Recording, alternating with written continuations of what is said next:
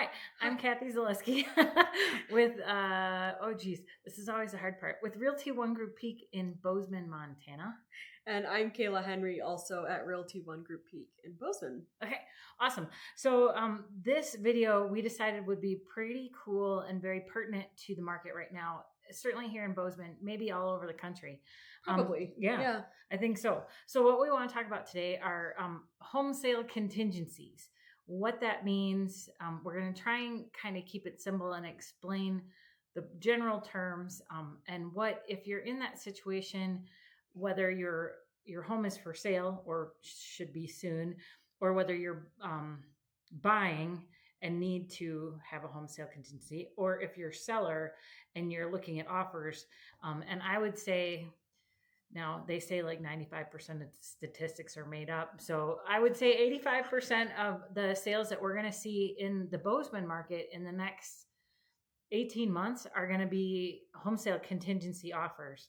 So I think it's really important to kind of go through this.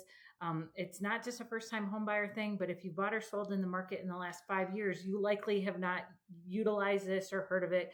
And and it wouldn't be a first-time home buyer thing because they don't have a home to sell. She's so right? Okay. So it would be your second home sale, or maybe something subsequent when you have. So let's just say home sale contingency is when you have a home that you have to sell before you can purchase your next home. Right. You have to sell your home to be able to buy a new one. Okay. And whether that is because you need the money from the proceeds of the sale of your home for a down payment, or whether maybe you won't qualify with your income to support 2 mortgages at once. There can be a couple different structures as to why that may or may not work for you. Right. But regardless, you either have to sell this property before you can move on to your next purchase. Right. So contingency means that your offer is contingent upon the home selling. There are several phases to a home sale, which you might be familiar with, but there is, of course, getting your home on the market, right? That means it is for sale. You've got your sign in the ground. There is getting an offer on that home. That's great, but your home still has to sell. You have an offer, but inside of that offer are other contingencies on your home that you have to pass, or the hoops you have to jump through. So that's another phase. And once you're through that phase, it's just waiting for it to close. So, kind of. So there's a lot of different structures is kind of how I like to think of it, or a lot of different sales. So to me, not all home sale contingencies are structured the same. And I will say, Kathy, I would maybe say you have said, since you've worked in multiple different markets, I don't think the Montana forms do a very great job of laying out these options. And so then you are left with your realtor crafting those options. And so again, just being really mindful that your realtor is making sure that you are protected, but also putting an offer in that you can that is maybe acceptable, right? So there's kind of 2 different things that you're balancing here. You of course need to protect yourself while you're working with this, both buyers and sellers. And you obviously still need to have an offer that is something somebody would accept, right? Because a home sale contingency is asking, from a buyer's perspective, you are asking a lot of a seller to work with you on a home sale contingency, depending on where you're at in that process and how it's structured. Right. So I think first and foremost, maybe let's just kind of dive into what would be your A+ rating for a home sale contingent offer, Kathy? Okay. From, let's, again, right? So you're going to write an offer to a seller. Okay. So therefore, I'm working with the buyer. Yeah. So if I'm working with the buyer, number one, ideally, your home is on the market, meaning it's been prepped. Right. We have photos taken. You have a price. Right. As Kayla and I discussed, the most important part of selling your home is the prep work that goes into it. And that can't be taken lightly. So if I'm working with a buyer and I'm writing an offer for them, and we know that they have to sell their home to buy, I will have told them, hey, before we even go look at something, before we even go out there and you fall in love with something, I need you to start packing, because we're going to have to sell your home to buy. You need to start prepping your home for sale before we start looking at other properties, really. So number one, home would be on the market. An A+ offer that I would write, they'd also have an offer on their home, right? So not only are they on the market, but they've got somebody that's agreed to buy their home. Even more ideal would be if we're all the way through the inspection period, maybe also have the appraisal done. So that home sale of theirs, the contingency part, is nearly done. 85% done. A lot of the hoops and I's and those have been met and passed. Right. Meaning we're really just waiting for financing to come through or maybe just the closing date to come on again, depending on the structure of that offer. Right. So that would be ideal. Home is not on the market, under contract, through inspections, hopefully through appraisal, and we're just waiting to close. And now you might say that would maybe put your buyers in a precarious option because maybe they won't have a place to live. And yes, that can certainly be part of it. But again, hopefully we're able to, and not hopefully, we are with communication to either push that closing date out some because maybe for that buyer of their home, it doesn't matter. So we can do that.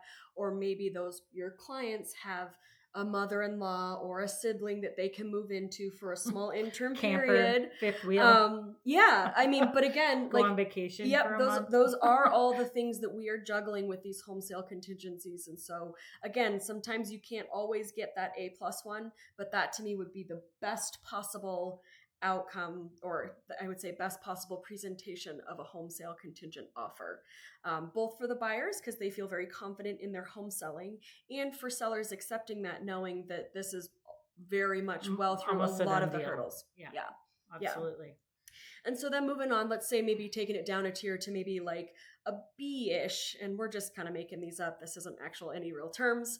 But, a B1 would be to me where, I'm working with the buyers and we have their home on the market. So again, their home has been prepped. We have photos, we have a purchase price, or we have a listing price that we've put out there, and we are currently and actively marketing your property. Right.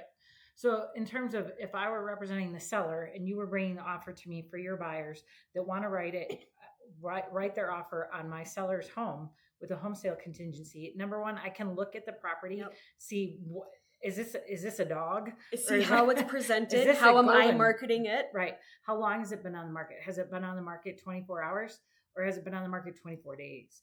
Like, is it priced what it should be priced to actually get sold quickly? Because my seller wants that to happen.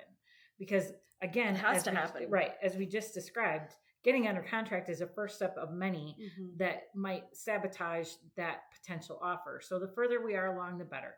It's great to have great pricing. It's great if it just hit the market. It's great if, that it hasn't been sitting there a long time. But we still have a long way to go. So that's why I say, hey, that's a B. And to me, workable, right? Under let's say all of those criteria are met, that yes, it's presented well. Yes, it seems priced well. Yes, the seller, my buyers are motivated.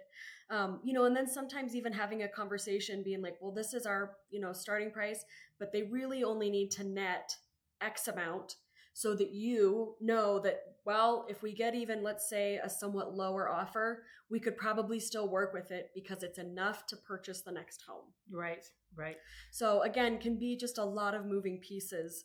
And again, just making sure that, your realtor, work with us, is structuring those things in there and making sure that you as the buyer are protected, aka you're not on the hook for purchasing a home that you can't, or you as the seller, you're not stuck in a contract where the buyer can't perform in a timely manner, because that can really hold you up as well. Right. So worst case scenario, Kayla, you're working with some buyers. You say worst case scenario, but we absolutely see these, I would say, at least 50% of the time. Right. But it's not this is ideal. Not uncommon. Not ideal at all. But I think, again, we had an offer brought like this 3 weeks ago on a listing I have. So, okay. And I mean, to me, so again, this is not ideal at all by all means, but again, so many people just don't fully think through these. So maybe don't have an understanding, or their agent's not doing a good job of informing and coaching them and helping them understand. So, you get an offer that just says the home's, this purchase is contingent on the sale of the buyer's home.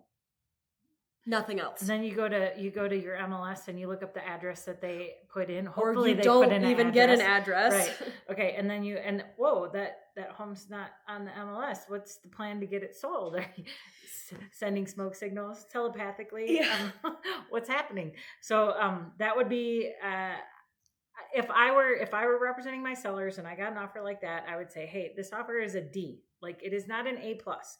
We are not 75% way through the process. They haven't even started their process yet. And we have no idea to know how capable or what their plan is or anything along those lines. And well, as a listing agent or a seller's agent, you can't control those things by any means. You absolutely, if you're taking a contract that is contingent on that, you do get some of the information, right? So that is information that we want as listing agents to be able to help our sellers understand how sure of a done deal is this, you know? So, and I think that's why the A plus offer, like all of that information is basically public. Like, where is the home? What condition is the home in? How many days has it been on market? All of that is now easily accessible to me. When the home isn't on the market, I have no idea if what their yard looks like, even like let alone what the interior of the home looks like. Maybe they're raising chickens inside, or they've flooded their basement and they have a fish farm. I don't know. Or but that would be a big deal to clean up. Or they haven't even decluttered. I mean, that is a big deal right now, how your home is presenting. Yes. And it sounds small. I know, declutter. It really matters. No, and honestly, you're absolutely right. In this market, the way we are right now, again, we'll go back to prep your home for sale. Because in this market, people they're not willing to wade through your crap. It is too expensive. They are borrowing hundreds of thousands of dollars at what is currently a relatively high interest rate compared to 5 years ago. And so they don't need to do it. They will wait. They will wait another month. They will wait another 2 months unless that home looks ready for them to move into. So, and the other piece too is they're going to go into maybe 5 to 10 other homes who maybe have done the work. And those 5 to 10 other homes the value is going to be so much more apparent there. Maybe your home does have the same value, but they can't see it because you have too much stuff. So again, just so there's a little mini prep your home for sale diatribe. But I mean, we are talking about, a home sale contingency. Generally, that is what is used, a term or an approach used by a buyer to potentially buy something that they can't do without selling their home. So again, yes, prepping your home for sale is important. And I would say that's our message to buyers through this video, is if you know that you are maybe wanting to make a move in the next even 6 months to a year, talk to a realtor, start to get pricing on a home, and start to prep your home for sale, because you don't want to have to start that process when you find your dream home. It's just very unlikely that all the cards will fall into place where they need to get that done for you. So if this is something you know or think you might want to utilize, start talking to people early and really planning ahead. Plan for success. Right. It's interesting, and I don't want to get too far off track, but because there's also the seller side to this. Like, is it worth it to accept an offer that is where it has a home sale contingency? But what I wanted to say was just that not only in this market is it really important to be prepared on both sides, but it also is really important that you are aware that what the seller is potentially asking, or what's important to the seller. So I'm sure you do this as an agent. If I'm potentially writing an offer for a buyer that would have a home sale contingency, I would ask the listing agent, hey, what's most important? What's the timing like? Are they in a hurry to get out of there? Do they have another home that they're buying? Because sometimes when you're coming with the home sale contingency, it's advantageous to the seller because they have a little bit more time to get out, or they have a little bit more time to prep their home for, well, not necessarily, but a little bit more pack time and leave, or spend the find summer, a home for themselves, or spend the summer in their family home, right? That they're, it's one last goodbye, and then they're moving into a smaller condo. Family can come visit, right? So always being open to having those conversations. Yeah, and please understand that every single one of these situations, every offer that I have written or received in 20 plus years, and every offer that Kayla's received in her career is unique. So, because every situation is unique. Yeah. Right. So that's why talking is so important. Talking through these things. Yeah. But we do want you to understand as a consumer, what that means to you as a consumer here in Montana, whether you're a seller or buyer. So from the seller perspective, we kind of talked about what the best possible offer is. So if you give me a scenario, Kayla, you're writing an offer, you're representing some buyers, what kind of offer are you bringing to me as a list agent? I mean, most likely with the home sale contingency, we're going to be at or very close to your list price. Excellent. Because we are asking a lot of you to give us what is most likely going to be a much more extended closing timeline. Right. So that to me is a big ask. So close to that. And then I am going to be giving you, hopefully, this is the listing. So this is where their home is at, and the amount of showings that I've had, the amount of open houses I've done, the activity we have. Hey, I have 2 people circling, but they're just not hesitant to pull the trigger. I'm going to give her all of that information and the feedback that we've gotten on the home. And I'm also going to put in probably a release date. So probably that if we, as my buyers, don't have our home under contract within, I usually do about 30 days, then you as the sellers, we're released to release and move on. Earnest money goes back to the buyers, and we're just back on. So, okay. So as a seller's agent, as a list agent, I'm going to say, hey, Kayla, what's the inspection? Or I'm going to look at her offer, but I'll talk with her about it. What's your inspection period? Are you going to do your inspections right away or not? Yeah. And so this one's a tough one, I think, for buyers. So usually, again, 2-week inspection period is usually what we're doing. And I do think that unless, again, there's some extenuating circumstances, that is what buyers are probably going to be on the hook for, monetarily wise. So to me, you're still going to get a home inspection within 2 weeks, and you might be out of pocket, let's say, currently, again, these things can change, but $500 to $1,500 depending on the home inspections you're doing. But that way the seller knows that you are serious about buying this home. You will have some skin in the game to get your home under contract and start moving this process forward. If you do any sort of longer one, I know often we'll see home sale contingencies where the buyers don't want to do a home inspection until their home is under contract. And I totally understand that. However, then from the seller's standpoint, right. No, then I'm like, they have no skin in the game. What I might say as a list agent, then, if Kayla brought an offer to me and said, hey, we don't, wrote specifically into the offer, we don't want to do our inspection until our home is under contract. We have 10 days from your home going under contract to do our inspections. Number one, so there's a couple different things that are a little bit unique to Montana in that, Kayla, there's nothing that says that she has to provide me with that information. I would probably push back and say, let's write something that says you have to provide me with the information within 24 hours of when your home goes under contract so that we can start that clock on the inspections. The other thing that I might say is, hey, you know what? Don't worry about the inspection, but we want the earnest money to go hard today. And by that, sorry, realtor lingo, but what that means is, like, let's say it was a $500,000 house. Your buyers are it says in the offer to purchase that they're going to offer $500,000 and they're going to put $5,000 down in earnest money. What I would say is that earnest money belongs to my sellers as of day one. We accepted their offer. We'll wait on their timeline for their home to go under contract, but we're taking your $5,000 today. It doesn't benefit you in any way. It's just, we get it. Yeah. But that is assurance to my sellers that says, hey, if these people walk away or they can't sell their house, we didn't waste time.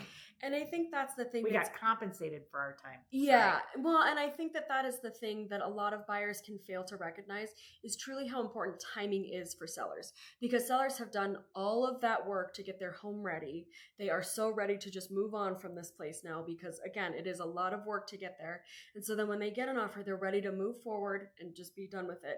And so while 30 to 60 days maybe doesn't sound like that big a deal, and it's just a month or two, from a seller's perspective, it really is a long time for them to be waiting around, not sure whether they can or can't move on. And it can potentially be some prime market time in Bozeman because our market can be so seasonally affected.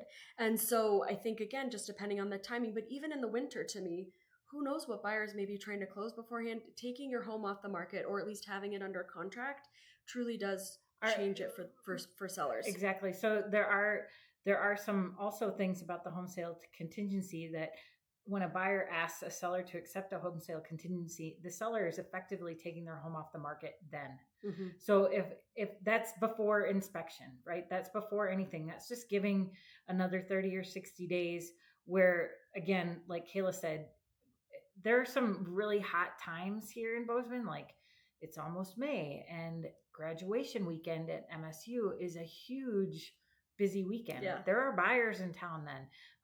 Shaq was just in town. Did you see I that? did see that. Who knows? Yeah. Maybe he meant to call us, I'm Yeah. sure. So, but like there are certain times, couple weeks of the year around, president holidays and things like that where more can happen. So if we're off the market during that time, if I'm representing the seller, that could be really integral. That might put us behind another 2 months. Yeah. If your home doesn't sell and we have, so that time $5,000, matters. yeah, that if I say, let's make the earnest money hard, that is only compensation for our time off market. So that would be something that I might utilize. And I think the whole point of this, it might be hard to track all of the nits and pieces we're throwing out there, but just knowing that there truly is so many different, levers that we're pulling when we're making an offer with a home sale contingency. So there's a lot of moving pieces that you're working with, and it really is, to me, finding what works for both the seller and the buyer and truly being negotiable. I mean, that's true of all deals with or without a home sale contingency. We have to work together to get these things closed. Well, and having agents that don't understand that as well. Don't put themselves and their priorities in the transaction, and instead represent and work buyer and sellers what they're willing to do. Because I mean, from my standpoint, to me, I would never want my clients to lose $5,000 over a home sale contingency, but I would expect for them to do. I saw that. I would expect for them to do inspections, right? So those are the things that you're toggling. And again, to me, these are always advice, right? So to me, I'm always going to tell my clients, but if my clients are like, this is my dream home, and if this is what they want, we will do that. Great. Right. Let's do it. So the one thing in Montana contracts allow us to, like it or not, Wordsmith. Yeah, act a little bit as attorneys, which we are neither not. one of us like, and we are not attorneys. However, when it comes to something like that, like let's say if you gave us the $5,000 earnest money, we will take the home. We will not further market it. Yeah. So in Montana, at any point in time, the seller might consider another offer and then give the buyers a certain amount of time that would be predetermined to either perform or walk away. So that means... And that is only if you do the home sale contingency addendum. Right. Which is not required, but certainly a document that could be a part of the transaction. Again, very complicated. But you want your agent to have a full, especially if you're a buyer that's using a home sale contingency to purchase their next home.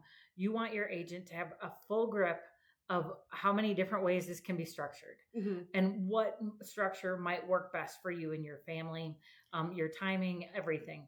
And as a list agent, same thing. I need to have a full awareness of what the buyer's agent is trying to get out of my seller.